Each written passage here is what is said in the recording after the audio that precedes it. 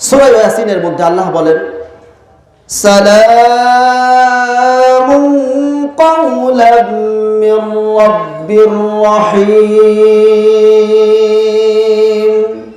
সালাম অর্থ শান্তি।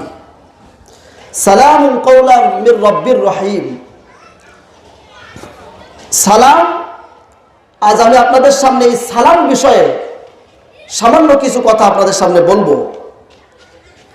এটা এমন একটা গুরুত্বপূর্ণ একটা সিফাত, গুরুত্বপূর্ণ একটা গুণ, যে গুণটা বর্তমান সমাজে না থাকার কারণে মারামারি, রাহাজানি, হত্যা, যত ধরনের অপকর্ম আছে, এ সব ধরনের অপকর্ম মুসলমান সমাজের মধ্যে ছড়ায় পড়ছে এই গুণটা, কেবলমাত্র এই গুণটা না থাকার কারণে। কোন গুণ? সেটা হলো সালাম। সবাই বলেন কোন গুণ? সালাম। সালাম যদি, এই সালামের প্রচলন যদি ঘটে যায়, সবাই যদি সবাইকে সালাম দেওয়া শুরু করে, সবাই যদি সবাইকে সালাম দেয়, ছোট বড়কে সালাম দিবে, বড় ছোটকে সালাম দিবে, এইরকম সালামের প্রচলন যদি আমরা সমাজের মধ্যে ঘটাতে পারি, এই সালামের প্রচলন যদি আমরা পরিবারের মধ্যে ঘটাতে পারি, এই সালামের প্রচলন যদি আমরা মুসল্লিদের মধ্যে ঘটাতে পারি, হার লাইনে ব্যবসায়ীরা ব্যবসায়ী সালামের প্রচলন ঘটাবে, যে কোনো লাইনে এই সালামের প্রচলন যদি আমরা ঘটাতে পারি, পুরা আমাদের এলাকা, আমাদের সমাজ, আমাদের পরিবার, আমাদের দেশ শান্তি। এই সালাম মানে শান্তি। আর আমাদের পরিবার, দেশ, পুরা দেশের কায়নাত পাল্টে যাবে, পুরো দেশের অবস্থা পাল্টে যে একটা শান্তির দেশে পরিণত হয়ে যাবে। জোরে বলে সুবহানাল্লাহ। এই সালামের প্রচলন কবে ঘটলো? সালাম কি শুধুমাত্র আমাদের এই নবীর আমলেই কি সালাম, নাকি আগেও সালাম হয়েছে? হাদিসের মধ্যে আসছেন, আল্লাহ রাব্বুল আলামিন হযরত আদম আলাইহিস সালামকে জান্নাতের মধ্যে তৈরি করলেন। আল্লাহ রাসূল বলেন 60 হাত লম্বা আদম আলাইহিস সালামের বডিটা। যখন আদম আলাইহিস সালামের রূহ আল্লাহ রাব্বুল আলামিন দিলেন, সর্বপ্রথম কথা কি ছিল? আল্লাহ রাব্বুল আলামিন যখন আদম আলাইহিস সালামের অন্তঃকরণে রূহ দিলেন, রূহ ফুঁকে দেওয়ার পর যখন উনি জীবিত হলেন, আল্লাহ রাব্বুল আলামিন বললেন, আদম রে, ওই যে একটা দল দেখা যায়, একটা ফেরেশতাদের দল দেখা যায়, তোমার সর্বপ্রথম কথা হলো ওই দলদেরকে তুমি সালাম দাও। সুবহানাল্লাহ বলেন। আল্লাহ বলেন, আমার আদেশ সর্বপ্রথম তোমার প্রতি। ও আদম, তুমি ওই যে ফেরেশতাদের দল দেখা যায়, ওই দলের মধ্যে গিয়ে তুমি সালাম দাও। আর ওই দলরা যে উত্তরটা দেয়, তোমার বংশধর যারা দুনিয়াতে থাকবে, যারা তোমার পরবর্তী বংশধররা আসবে, বংশধরদের জন্য সম্বোধন, অর্থাৎ তারা পরস্পর দেখা হলে কি বলবে, ওই দলরা যা বলবে ওইটাই হবে তোমার পরবর্তী বংশধরের জন্য, ওইটাই হবে সম্বোধন। পরবর্তী বংশধররা যখন পরস্পরে দেখা হবে, তখন ওই সালামের মাধ্যমে তারা কথা শুরু করবে। আদম আলাইহিস সালাতু ওয়াস সালাম ওই ফেরেশতাদের কাছে গেলেন, এরপরে সালাম দিলেন, আসসালামু আলাইকুম। সালাম দেওয়ার পরে ফেরেশতারা একটু বাড়ায় বলল, ওয়া আলাইকুমুস সালাম ওয়া রাহমাতুল্লাহ। ফেরেশতারা কি বলল? ওয়া আলাইকুমুস সালাম ওয়া রাহমাতুল্লাহ। এই সালামের প্রচলন শুধু আমাদের নবী না, সালামের প্রচলন একেবারে আদম আলাইহিস সালাম থেকে নিয়ে এই পর্যন্ত সালামের প্রচলন আল্লাহ ঘটায়ছেন। আল্লাহর আরেক নাম হলো সালাম। কি নাম? সালামের অনেক অর্থ। একটা অর্থ হলো সমস্ত দোষ ত্রুটি থেকে মুক্ত থাকার, এটা হলো সালামের এক অর্থ। আল্লাহ রাব্বুল আলামিন সালাম, এটা কার নাম? আল্লাহর নাম। এই সালাম কেন আল্লাহ নিজের নামে সালাম রাখলেন? এই কারণে যে তিনি সব ধরনের দোষ ত্রুটি থেকে মুক্ত। নবী করিম সাল্লাল্লাহু আলাইহি ওয়াসাল্লাম সাহাবাদেরকে বললেন, ও আমার সাহাবারা, মুমিন ছাড়া কেউ জান্নাতে যাইতে পারবে না। কি ছাড়া? মুমিন ছাড়া কেউ জান্নাতে যাইতে পারবে না। আর মুমিন যতক্ষণ না পর্যন্ত পরস্পরের মধ্যে ভালোবাসা সৃষ্টি না হবে, ততক্ষণ পর্যন্ত মুমিন সে ব্যক্তি হবে না।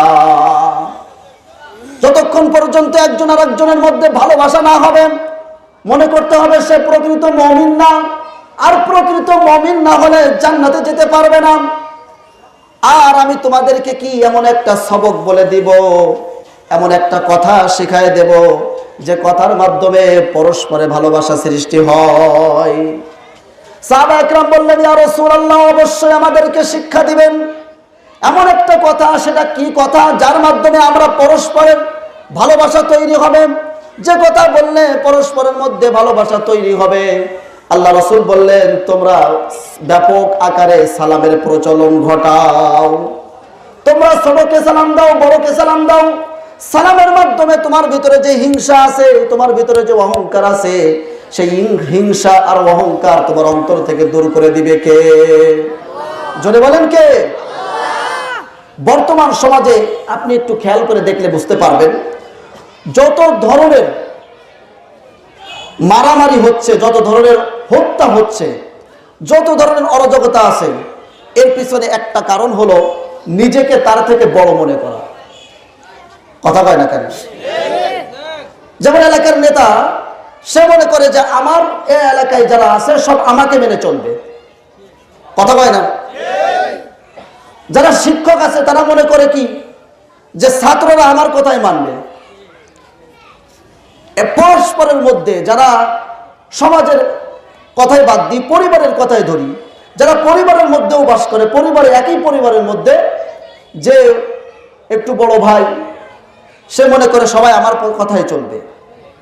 তো এই যে আমি বড়, এই অহংকার না থাকার কারণে যখন আমি মনে করতেছি যে আপনারা আমার কথাই চলবেন, এর ভিতরে দিয়ে যখন একজন আমার কথা অনুযায়ী চলতেছে না, তার উপরে আমি ক্ষিপ্ত হয়ে যাচ্ছি, এইভাবে তাকে আঘাত করতেছি, হয়তো মুখ দিয়ে, না হয় হাত দিয়ে আঘাত করতেছি। এই অহংকার, এই আমিত্ব, এই আমি সব কিছু করি, আমাকেই মানতে হবে, আমাকেই অনুসরণ করতে হবে, এই যে আমিত্ব, এই আমিত্বটা, এই আমি সব, এটাকে দূর করতে গেলে তার একটাই ওষুধ, সেটা হলো সালাম। সেটা কি? সালাম। সর্বপ্রথম দেখেন, সালাম আল্লাহ রাব্বুল আলামিন একজন মহিলাকে সালাম দিয়েছেন। কাকে সালাম দিয়েছেন? একজন মহিলাকে সালাম দিয়েছেন। স্বয়ং আল্লাহ রাব্বুল আলামিন দুনিয়ার মধ্যে কাউকে, কোনো মহিলাকে, কোনো মানুষকে সালাম দেয় নাই। শুধুমাত্র দুনিয়ায় থাকা অবস্থায় একজন মহিলাকে সালাম দিয়েছেন, তার নাম হলো খাদিজাতুল কুবরা রাদিয়াল্লাহু তাআলা আনহা। তার নাম কি? খাদিজাতুল কুবরা। এই সালামের দিয়ে আল্লাহ রাব্বুল আলামিন মানুষকে শিখালেন, ও মানুষ, ও আমার দুনিয়া, আমার গোলামেরা, তোমরা সমাজের মধ্যে সালামের প্রচলন ঘটাবে। হযরত জিবরাইল আলাইহিস সালাম একজন মহিলাকে সালাম দিয়েছিলেন। জিবরাইল আলাইহিস সালাম, রাসূল সাল্লাল্লাহু আলাইহি সাল্লাম বসে আছেন, জিবরাইল আলাইহিস সালামও বসে আছেন, আয়েশা রাদিয়াল্লাহু তাআলা আনহাও বসে আছেন। হুজুর সাল্লাল্লাহু আলাইহি সাল্লাম বললেন, আয়েশা রে, ইনি হলেন জিবরাইল, তোমাকে সালাম দিয়েছে, তুমি সালামের উত্তর দাও। তাহলে এই দুইজন মহিলা, একজন পাইছে আল্লাহর সালাম, আর একজন পেয়েছে কার সালাম? জিবরাইল আলাইহিস সালাম। কত সৌভাগ্যবান এই দুই মহিলা। আমরা, আমাদের সব থেকে বড় লজ্জার কারণ, দেখেন মোবাইল যখন আমরা করি, মোবাইল করি না, মোবাইল করে সর্বপ্রথম কথা শুরু করি, আসসালাম ক্বাবলাল কালাম। সালাম হবে আগে না কথা হবে আগে? বলে সালাম হবে আগে। এটা করা যাবে আজকে থেকে ইনশাআল্লাহ? যারা মুসলমান আছি এরা কি করব? আগে মোবাইল ধরে আগে সালাম দেবো, আসসালামু আলাইকুম, এরপরে কথা। অনুরূপভাবে যদি আমাদের মেসেজ লিখতে হয়, কারো কাছে চিঠি লিখতে হয়, তাহলে সর্বপ্রথম তাকে সালাম দিয়ে শুরু করব। এটা রাসূলের সুন্নাত। সালাম দেওয়া কি রাসূলের সুন্নাত। হাদিসের সালাম দিলে কি উপকার? হাদিসের মধ্যে আসছে, রাসূল করিম সাল্লাল্লাহু আলাইহি ওয়াসাল্লাম বসে আছেন, এক সাহাবী আসলাম, বলল আসসালামু আলাইকুম। হুজুর সাল্লাল্লাহু আলাইহি ওয়াসাল্লাম উত্তর দিলেন, ওই সাহাবী বসে গেল। হুজুর সাল্লাল্লাহু আলাইহি ওয়াসাল্লাম বললেন, 10 নেকি পেয়েছো। এরপরে আরেক সাহাবী আসলেন, হুজুর সাল্লাল্লাহু আলাইহি ওয়াসাল্লামকে সালাম দিলেন, আসসালামু আলাইকুম ওয়া রাহমাতুল্লাহ, একটু বাড়ায় বলল। হুজুর সাল্লাল্লাহু আলাইহি ওয়াসাল্লাম বললেন, ওয়া আলাইকুমুস সালাম ওয়া রাহমাতুল্লাহি ওয়া বারাকাতুহু। সাহাবী বসলেন, হুজুর সাল্লাল্লাহু আলাইহি ওয়াসাল্লাম বললেন 20। কি 20 নেকি পেয়েছে। এরপরে আরেক সাহাবী আসলেন, সালাম দিলেন, আসসালামু আলাইকুম ওয়া রাহমাতুল্লাহি ওয়া বারাকাতুহু। হুজুর সাল্লাল্লাহু আলাইহি ওয়াসাল্লাম উত্তর দিয়ে বললেন, 30 নেকি পেয়েছো তুমি।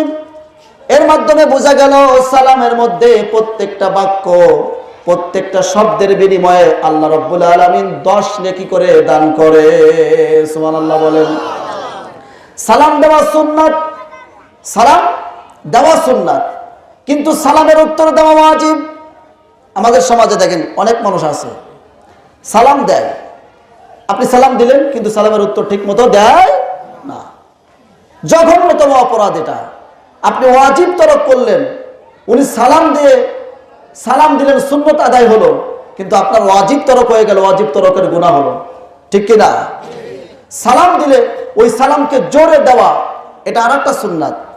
সালাম জোরে, শব্দ জোরে দিয়ে তাকে শুনিয়ে দেওয়াটা আরেকটা সুন্নাত। দিবেন তো ইনশাআল্লাহ? সালাম সহি করে দিতে হবে। সবাই আমার সাথে বলেন তো, আসসালামু আলাইকুম ওয়া রাহমাতুল্লাহি ওয়া বারাকাতুহু। সালাম যতটুকু শব্দ দিবেন, সালাম প্রদানকারী যতটুকু শব্দ দিবে, যে উত্তর দিবে তার থেকে শব্দ বাড়ায় দিবে। কেউ বলল আসসালামু আলাইকুম, এর উত্তর যখন আপনি দিবেন আরেকটু বাড়ায় বলবেন ওয়া আলাইকুমুস সালাম ওয়া রাহমাতুল্লাহ। আরো যদি বাড়াইতে চান ওয়া বারাকাতুহু। কেউ যদি আপনাকে সালাম দেয় আসসালামু আলাইকুম ওয়া রাহমাতুল্লাহ, আপনি আরেকটু বাড়ায় দিবেন ওয়া আলাইকুমুস সালাম ওয়া রাহমাতুল্লাহি ওয়া বারাকাতুহু। জান্নাতীরা যখন জান্নাতে যাবেন, সালাম কি শুধু দুনিয়ায় না, জান্নাতেও আছে? জান্নাতে আছে না? সূরা ইয়াসিনের মধ্যে আল্লাহ রাব্বুল আলামিন বলেন, জান্নাতীরা যখন জান্নাতে যাবেন, যখন জান্নাতের গেটে পৌঁছাবে, আল্লাহ রাব্বুল আলামিনের পক্ষ থেকে তাদেরকে সালাম দেওয়া হবে, সালামুন কাওলাম মির রাব্বির রহিম। ও দুনিয়ার গোলামেরা, কত কষ্ট তোমরা করেছিলেন দুনিয়ার জিন্দেগিতে, কত আমার ইবাদত করতে কত কষ্ট তোমাদের হয়েছিল। এই শীতের রজনীতে, গভীর রজনী, কি ঠান্ডা পানিকে উপেক্ষা করে ওযু করে, যাদের গোসল হয়েছিল গোসল করে তারপরে ফজরের নামাজ পড়েছো, কত কষ্ট করে আমার ইবাদতগুলো পালন করে তারপরে এসেছো। সুতরাং আজ থেকে তোমাদের আর কোনো কষ্ট নেই, চিরস্থায়ী চির সুখের জান্নাতে তোমরা চলে যাও। আর তোমাদের জন্য আল্লাহ রাব্বুল আলামিনের পক্ষ থেকে শান্তি। জোরে বলেন সুবহানাল্লাহ। এরপরে জান্নাতে যখন যাবেন, একজনের সাথে দেখা হওয়ার পর আরেকজনের সাথে দেখা হওয়ার পরে সর্বপ্রথম যে কথাটা বলবে সেটা হলো আসসালামু আলাইকুম ওয়া রাহমাতুল্লাহ। জান্নাতে, দুনিয়ায় সালাম আছে না জান্নাতে আছে? দুনিয়ায় শেষ নাকি জান্নাতে আছে? জান্নাতে যখন গেট দিয়ে ঢুকবেন, জান্নাতের যে দারোয়ান থাকবেন আপনাকে সালাম জানাতে থাকবে, কত কষ্ট করে তুমি এসেছো, কত মেহনত করেছো, তোমাকে নিয়ে কত টিটকিরি করেছে, কত ইয়ারকি করেছে। তুমি ভার্সিটিতে পড়তে, স্কুলে পড়তে দাড়ি রেখে দিয়েছো, কত কষ্ট তোমার হয়েছে। তোমার বিবি দাড়ি রাখা পছন্দ করতো না, এরপরেও তুমি দাড়িটা রেখেছো, কত কষ্ট করেছো। এই সব কষ্টের আজকে শেষ দিন, তোমার জন্য শান্তি। তোমার জন্য কি শান্তি? তুমি যাও, জান্নাতে চলে যাও। এই জন্য আমরা যত পরস্পরের মধ্যে সালাম দিব, তত আমাদের মধ্যে ভালোবাসা, আমাদের মধ্যে মহব্বত তত পয়দা হবে, ঠিক কিনা? যত সালাম দিব, বড়রা সালাম দিবে ছোটদেরকে, ছোটরা সালাম দিবে কাদেরকে? বড়দেরকে। বুখারী রাহমাতুল্লাহ আলাইহি একটা হাদিস নকল করেছেন, সেখানে উনি বলেছেন যে ছোটরা বড়দেরকে সালাম দিবে। যারা সওয়ারি, যারা আগন্তুক ব্যক্তি, যারা বসে আছে তাদেরকে সালাম দিবে। যারা সফর করতেছে এরা সালাম দিবে কাদেরকে? যারা বসে আছে তাদেরকে। যদি কোনো দলের, একটা বিশাল দল, এর মধ্যে যদি সালাম দেওয়া হয়, একজন উত্তর দিলেই ওয়াজিব আদায় হয়ে যাবে। এটা হলো ওয়াজিবে কিফায়া। কোনো অমুসলিমকে সালাম দেওয়া যাবে না, অমুসলিমকে সালাম দেওয়া যাবে না। যদি কোনো অমুসলিম আপনাকে সালাম দেয় তাহলে তার উত্তরে বলতে হবে আসসালামু আলা মানিত্তাবা আল হুদা। কি বলতে হবে? আসসালামু আলা মানিত্তাবা আল হুদা। অথবা যদি কোনো অমুসলিম আপনাকে সালাম দেয় তাহলে বলতে হবে ওয়া আলাইকা অথবা ওয়া আলাইকুম। কোনো অমুসলিমকে সালাম দেওয়া যাবে না, এটা হারাম, কারণ তাদের ঈমান নেই। আর ঈমান না থাকলে তার উপরে শান্তি, আল্লাহ শান্তি বর্ষিত হবে? ঈমান না থাকলে আল্লাহ তার উপরে শান্তি, আপনি যতই দোয়া করেন